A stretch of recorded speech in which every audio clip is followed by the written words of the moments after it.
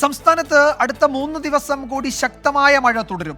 മഴക്കെടുതി നേരിടാൻ തദ്ദേശ ഭരണ വകുപ്പ് കൺട്രോൾ റൂമുകൾ തുറന്നു. 8 ദുരിതാശ്വാസ ക്യാമ്പുകളിലായി 226 പേരെ മാറ്റി പാർപ്പിച്ചു. മഴ കനത്തതോടെ കൊച്ചിയും തൃശൂരും കോഴിക്കോടും ഉൾപ്പെടെയുള്ള നഗരങ്ങളിൽ വെള്ളക്കെട്ട് പ്രതിസന്ധി രൂക്ഷമായി. മുന്നൊരുക്കങ്ങളുടെ അഭാവം ഉണ്ടായെന്നാരോപിച്ച് തൃശൂരിൽ പ്രതിപക്ഷം കോർപ്പറേഷൻ കൗൺസിലിനെതിരെ രംഗത്തെത്തി. കുട്ടനാട്ടിലും വെള്ളക്കെട്ട് പ്രതിസന്ധി ജനത്തെ വലച്ചു. കാണാം ഇന്നത്തെ ലീഡ് സ്റ്റോറി.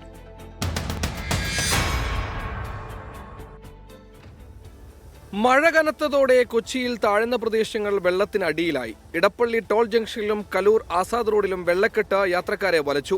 ഗതാഗതവും തടസ്സപ്പെട്ടു.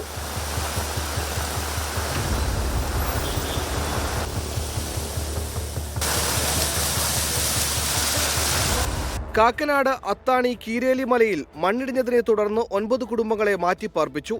ദേശീയപാതയിൽ അങ്കമാലി കരയാമ്പറമ്പ് പാലത്തിന്റെ വശങ്ങൾ ഇടിഞ്ഞു താഴ്ന്നു. മലങ്കര ഡാമിൽ നിന്ന് പുറത്തേക്കൊഴുക്കുന്ന വെള്ളത്തിന്റെ അളവ് കൂട്ടിയതോടെ മൂവാറ്റുപുഴ ആറിന്റെയും തൊടുപുഴ ആറിന്റെയും തീരത്തുള്ളവർ ജാഗ്രത പാലിക്കാൻ നിർദ്ദേശം നൽകി. മഴക്കാലപൂർവ്വ ശുചീകരണം പാളിയെന്നാരോപിച്ച് കൊച്ചിയിൽ കോൺഗ്രസ് കൗൺസിലർമാർ പ്രതിഷേധിച്ചു.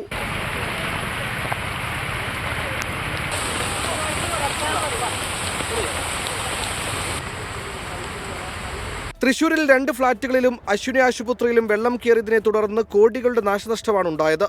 കോട്ടയം ഓണംതുരുത്തിൽ യുവാവ് വെള്ളക്കെട്ടിൽ വീണ് മരിച്ചു. മങ്ങാട്ടുകുഴി സ്വദേശി വിനോദ് കുമാറാണ് മരിച്ചത്. മോട്ടോർ ഉപയോഗിച്ച് പമ്പ് ചെയ്താണ് കോഴിക്കോട് മെഡിക്കൽ കോളേജ് ആശുപത്രിയിലെ വെള്ളക്കെട്ട് ഒഴിവാക്കിയത്. വിഷയത്തിൽ ആരോഗ്യമന്ത്രി അടിയന്തര റിപ്പോർട്ട് തേടി.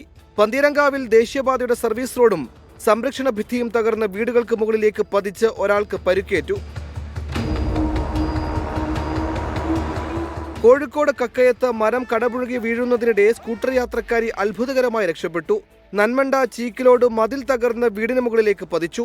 മലപ്പുറത്ത് പലയിടങ്ങളിലും റോഡിലേക്ക് മണ്ണിടിഞ്ഞ് വീണ ഗതാഗതം തടസ്സപ്പെട്ടു. തേഞ്ഞിപ്പാലം പള്ളിക്ക് ബസാറിൽ വീടുകളിൽ വെള്ളം കയറി. News desk 24.